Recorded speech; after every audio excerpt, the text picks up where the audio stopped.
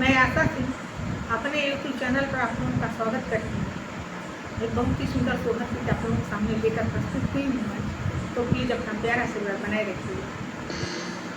कहानी बोले कोयलिया कहानी मोर बोले हो, कहानी बोले कोयलिया कहानी मोर बोले हो। रामा कहावाई बोले सहरे सवा महलिया उठ सोहर हो। रामा कहावाई बोले सहरे सवा महलिया उठ सोहर हो। मथुरा में बोले ना कोयलिया वृंदावन में मोर बोले हो। मथुरा में बोले ना कोयलिया वृंदावन में मोर बोले हो। रामा गोकुला में बोले सारे सवा महलिया उठ सोहर हो।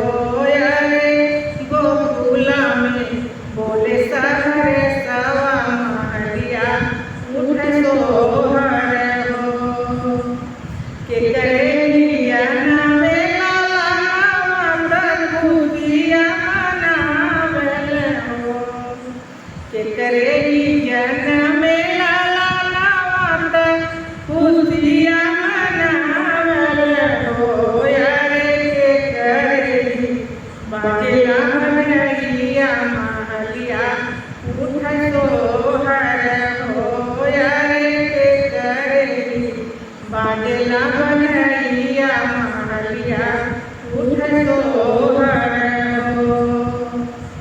देवकी के जन्म में लाला नाथ वसुदेव कुसुमानावल हो। देवकी के जन्म में लाला नाथ वसुदेव कुसुमानावल हो। अरे नंद घरे बाजेला महलिया महलिया उठ सोहर हो। अरे नंद घरे बाजेला महलिया महलिया उठ सोहर हो। कहानी बोले